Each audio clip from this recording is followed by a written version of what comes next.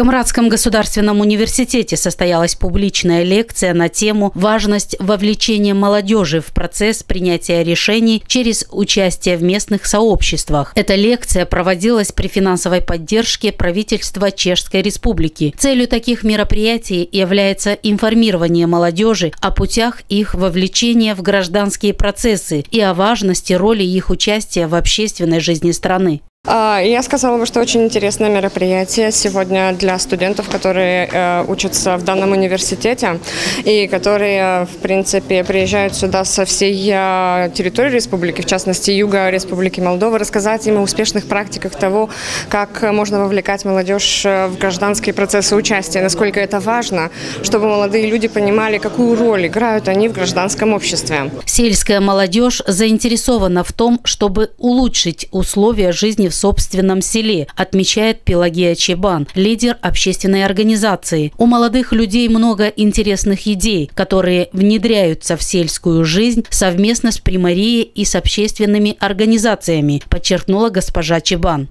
С примарией у нас реализовался проект по реконструкции нашей сельской дискотеки. Много лет дискотека не работала, и вот сейчас, благодаря участию молодежи в этом проекте, дискотека открылась, и в будущем мы хотим инициировать и танцевальную площадку в селе, конкретно в парке, в сельском парке.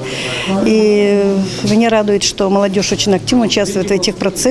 Я считаю, чтобы у нас в стране, если выросло нормальное гражданское общество, которое сможет принимать правильные решения, то начинать надо с самого юного возраста, чтобы учить молодежь участвовать в принятии этих решений.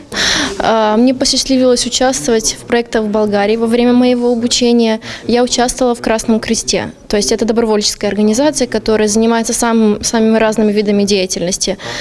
И также в социальном театре.